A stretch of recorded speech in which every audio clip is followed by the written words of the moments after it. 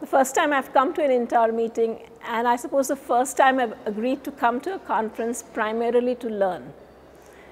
And I can say I have learned immensely.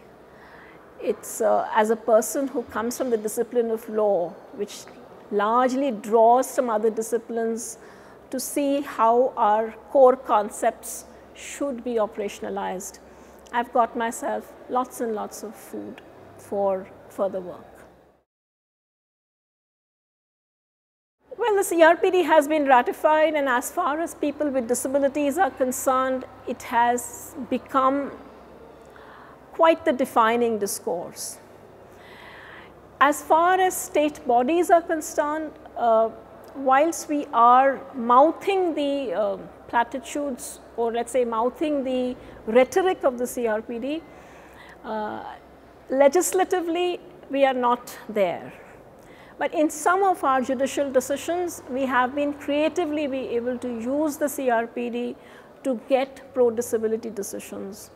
You've got a woman with intellectual disability who wanted to keep her child and did not want to go for an abortion, was able to do so on the strength of the CRPD.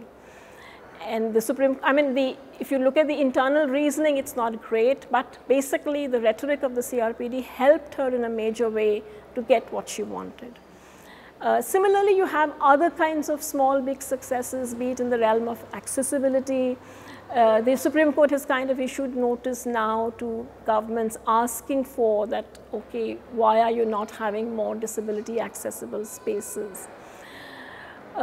When people with psychosocial disability are not being considered or are not being provided for reasonable accommodation, though we do not have a legislation in place, the CRPD itself is being used to at least set up that argument, which is sometimes working and sometimes not. On the legislative front, on the other hand, whilst the social economic rights and have got a certain level of purchase, but then our Disability Act of '95 also recognized social economic rights.